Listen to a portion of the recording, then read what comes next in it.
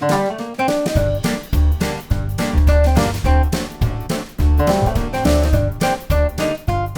everyone, I'm Kathy from Kathy's Vegan Kitchen, and today we're making a delicious chickpea tomato soup. And it has some interesting flavors in it, so it tastes different than a standard tomato soup. We're going to start with one white onion that I diced. Again, if you don't have a veggie chopper, invest in one. It's the best investment you'll ever make. It took me 5 minutes to do that. And then I have 2 cloves of garlic that I minced, and 1 inch of ginger, and I grated that.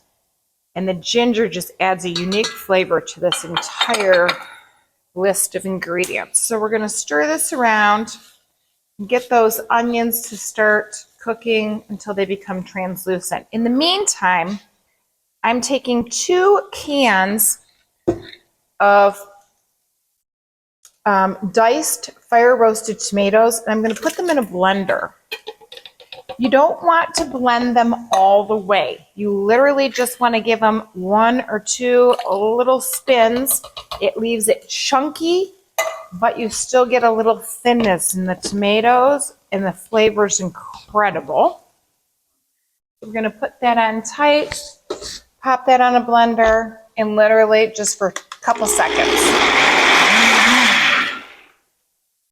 All right, that's all it took.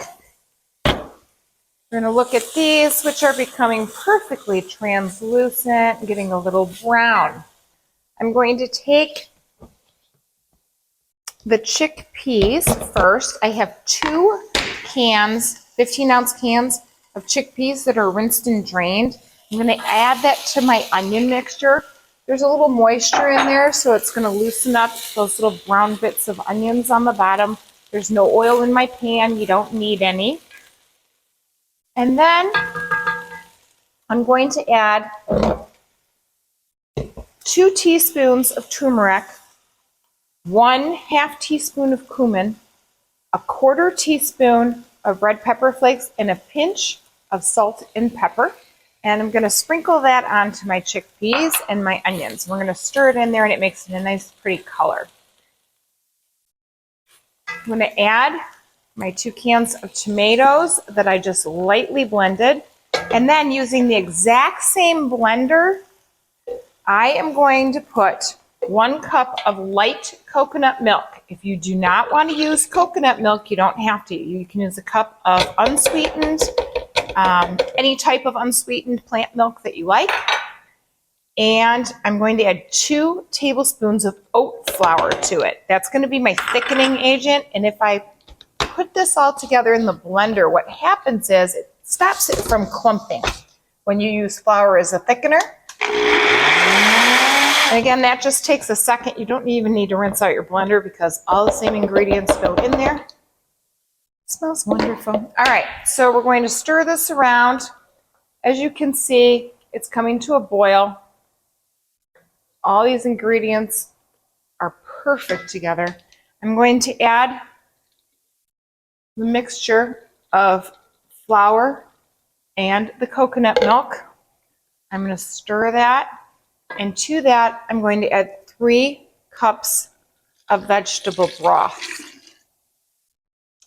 And we are going to bring that to a boil, and then we'll be adding the spinach in as soon as it boils. Once the soup is boiling, I'm going to add 6 cups of baby spinach.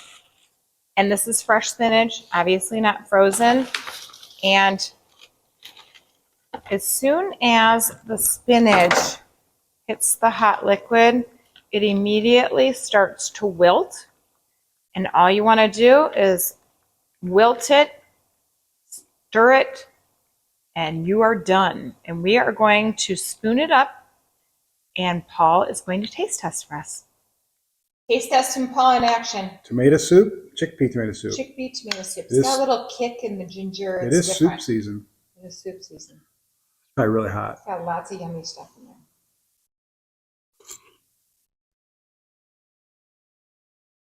Ooh, the ginger really makes a nice little kick to this thing. It's delicious. So hot, I'm getting another bite.